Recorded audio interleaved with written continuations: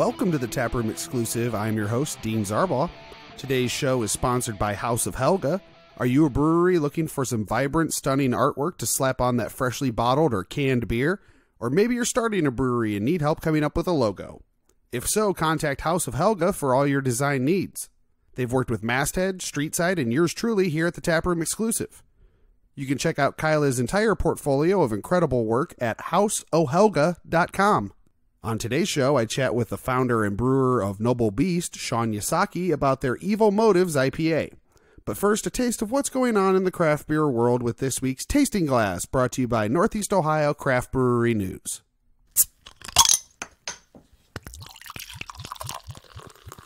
As this is the last show of 2019, we look towards the year 2020. Great Lakes has announced their 2020 release calendar, which includes some fantastic news for Great Lakes fans. First is that their wildly popular Mexican Lime Lager will be available all year round in 12-pack cans. Plus, Dortmunder is finally seeing some can love also. Be on the lookout for Dortmunder in 12-ounce and 16-ounce cans hitting shelves soon. Beerwolf Dunkelweizen and Siren Shore's Passion Fruit Saison join the legendary Series 4-packs, and a trio of new limited release bottles will join their portfolio as well.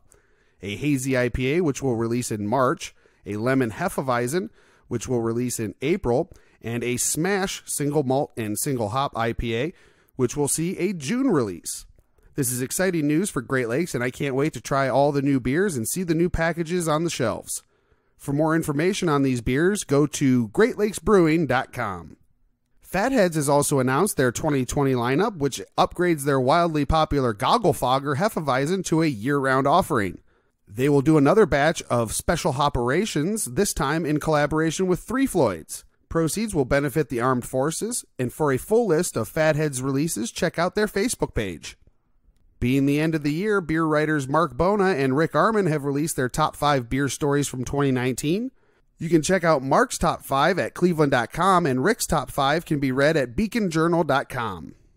And rather than do a top 5 beer stories myself for 2019, I just want to take a moment here to thank everyone who takes the time to listen, share, and support this show. I couldn't do this show without all of you wonderful fans, and I want to thank you for making 2019 a huge year for the Taproom Exclusive. I'm looking forward to bringing a lot of new material to you guys in 2020, including more videos and possibly another series. This one will be videotaped, and we have a couple ideas, me and some brewers, for some really cool things that I hope to be able to bring you in 2020. And I honestly couldn't be doing any of this without you guys, and I really want to thank you again. And please stay tuned for some great things that are coming to you in 2020. I promise you won't be disappointed. Thank you for supporting the Taproom Exclusive. I really can't emphasize that enough. And with that will close out this year's Tasting Glass, sponsored by Northeast Ohio Craft Brewery News. My interview with Shaun Yasaki from Noble Beast in Cleveland, Ohio, is up next. All right, welcome back to the Taproom Exclusive. I am here with Shaun Yasaki at Noble Beast. We have moved on to what I consider to be one of the really underrated IPAs in the city, which is Evil Motives. Really nice, classic West Coast style, nice bitterness, really easy drinking. Talk a little bit about it and what it was that made you gravitate towards this style specifically for your IPA. Yeah, so it's definitely West Coast inspired. I'd say it's a little bit lighter on the bitterness than maybe a real traditional West Coast style. Okay. It also kind of utilizes a lot of techniques that are more common now with New England and hazy IPAs, but still kind of keeping that clarity and that brightness. It might be my opinion, but I kind of feel like West Coast styles allow the hops to kind of shine through a little bit brighter than New England style. What's the ABV IBU on this? Do you know off the top of your head? Yeah, it's like 7.2%. IBUs are 65 or 70. Okay, I've actually had it tested. And it's really nice. It isn't super bitter. It has that nice level of it that just kind of coats the tongue on the finish, and doesn't overpower anything. It's not gonna, if you have if you need to maybe do a Kolsch next or something, because you don't want something that has a higher ABV, it's not going to blast your palate clean of being able to taste a clean beer afterwards. And that's a testament to the just to the quality of the product. If anybody wanted to come in, eat with this, what on the menu do you think would best go, that would hold up with this? Our carnitas nachos, this would be great with a lot of the different wings, the different wing sauces. IPAs are always, hops in general are good to kind of, compete with spicier foods and punch through those flavors. That also kind of applies to heavier foods, so burger, fattier foods. Absolutely. IPAs are nice with. This is really nice, it has that bright citrus hop profile to it. That I've had IPAs that have a little bit too much malt, and I like I said, I've liked malt, but I don't want it too malt forward in my IPAs, unless it's a red, unless I'm going for that specific style. I don't want that to overpower the hops, and I think this is a really nicely balanced. Yeah, I think balance is one of the most important things for any beer style. It's pretty underrated because people like to focus on what maybe makes a style popular, so with an IPA, a lot of people are really going overboard on the hops to the point where you're just kind of throwing it out of balance. Yeah. I don't think it's as enjoyable of a beer. Absolutely. You want to be able to... More is not always better. Absolutely. I agree with 100%. That was exactly what I was going to say. You took the words out of my mouth. And I noticed when I came in that there's you guys did a sort of a variant version of this. Talk a little bit about that. What was it that you kind of did with this? What did you tweak with it? Yeah, that's something other brewer here, Eric, made. And it's just a keg of this batch that was then conditioned on some hot peppers that he grew in his garden. Ooh. I think they were like lemon drop hot peppers. Okay. And that was nice because it's not actually hot. It's got a little zing to it. Again, it's pretty balanced. Yeah. Not going to scorch your tongue. If you don't like hot foods, you'd probably still be fine with it. You're getting that little bit of zing, and the pepper flavor comes through. Would you say like a smokiness almost, sort of, or? No, they were fresh peppers. Okay. So they weren't like like an ancho that's been smoked or anything. I don't think it's hot. I think zing it's that little zing on the back of your tongue kind of describes it well. Yeah, that's what I like is when because I don't generally do a ton of spicy stuff, but I do like it in a beer because the nicely balanced ones don't strike the palate. They just kind of coat the tongue or kind of that back of the throat, and that's a nice combination. That's a nice level to be at. If I wanted something that's going to just be just pepper, I would just eat a pepper or something. I want to be able to taste the beer underneath it too, and I think that's a hard balance to strike in making anything with peppers. And I think, would you agree that that's why you don't see a lot of places doing it?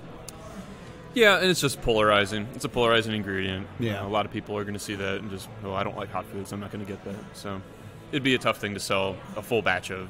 It's fun to play around with, one keg at a time. Oh yeah, that's what the fun thing about having kind of doing those smaller batches or like a half batches. You can play around, see what works, see what doesn't, and you're not having to commit to the whole 10, the 10 barrel batch or whatever, and then worry about having to get rid of it. I think that's IPAs, like you were saying with food, that give and take with the spice, and I think doing that in the beer itself is really interesting too. Lemon drop. I've never heard of lemon drop hot pepper. I'm not a pepper guy, but I really want to look into that a little bit more because I want to try new things. So yeah, I'm gonna have to tell my dad about that one. He fell in love with spiced beers with Masthead's Jalapeno IPA. Yeah, he fell in love with spiced beers at that point. So anytime I see one, I have to tell him about it. That's a good beer, and I love that they made a big batch of that. So they weren't doing one keg at a time. And right. I love when breweries take a beer like that's on paper not going to be your most popular beer. They just kind of commit to it. That smoked lagers, things like that. Yeah, absolutely. That's what I love. What was yours for the Cleveland Beer Week? What style did you guys do?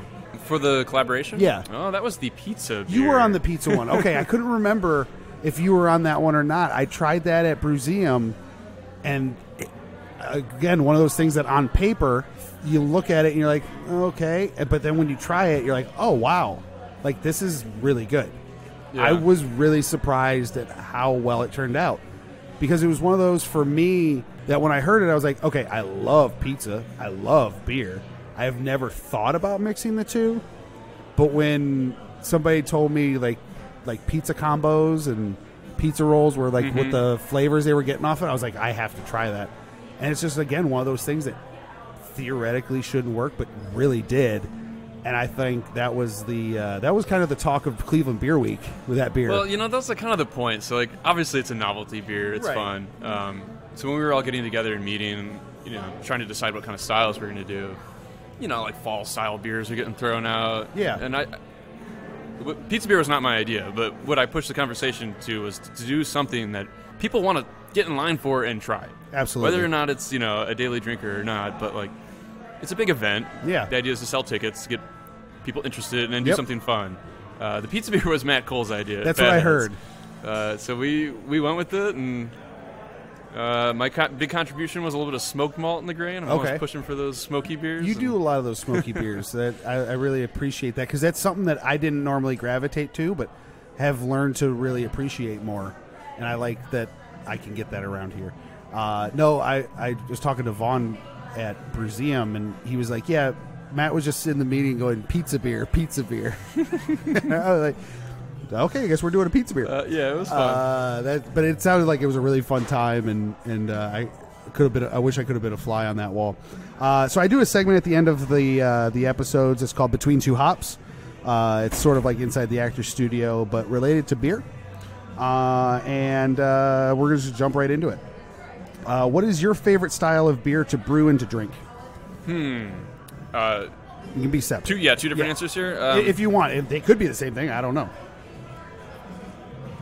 I really like brewing some of the traditional German styles, some lagers. It's very technical, which is it's fun, and it's a real challenge.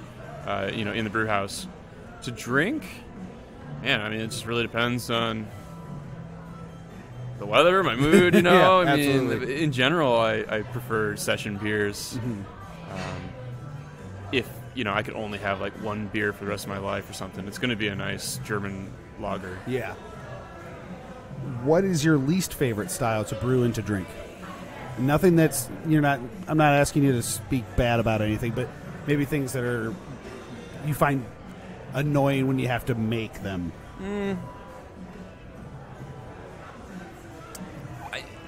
I wouldn't say that there's necessarily one style that's always annoying, but sometimes when you're trying to, like, for example, the nitro oatmeal stout we have on tap. I just keep adding more oats to that recipe. That's kind of the idea, it gets a new name every time. We kind of hit a wall this time where it was just a disaster of a brew day, and the whole thing was just oatmeal. You're trying to remove liquid from oatmeal. Right. It was a mess. I had to reset the bed like 4 or 5 times. We couldn't collect all the wort we needed. So those brew days, those are the ones where you're like, why did I do this? Yeah, absolutely. I can only imagine. What profession other than your own would you like to attempt? I would love to be an architect. Nice. Yeah. Interesting. I think that's really fun, just designing things. Yeah. I loved the design process of, opening this business. So, like, the general layout, I worked with the architect, and, the general layout, is something I designed. The brew house is something I designed. We got these new tanks, Yeah. The opportunity to just design them. They're all made to order. Why not, like, have them make it exactly how you want it done? Absolutely. So I draw it out on graphing paper, and the design process is just fun for me. Nice. I don't have that kind of creativity. I like to write. I like to do stuff, but that's like a whole other thing. What profession would you not like to attempt? Probably a whole lot of things in the medical field. Not too interested in poking and prodding other people's I don't want to see blood. What hurdles did you personally face opening Noble Beast, and how did you overcome them?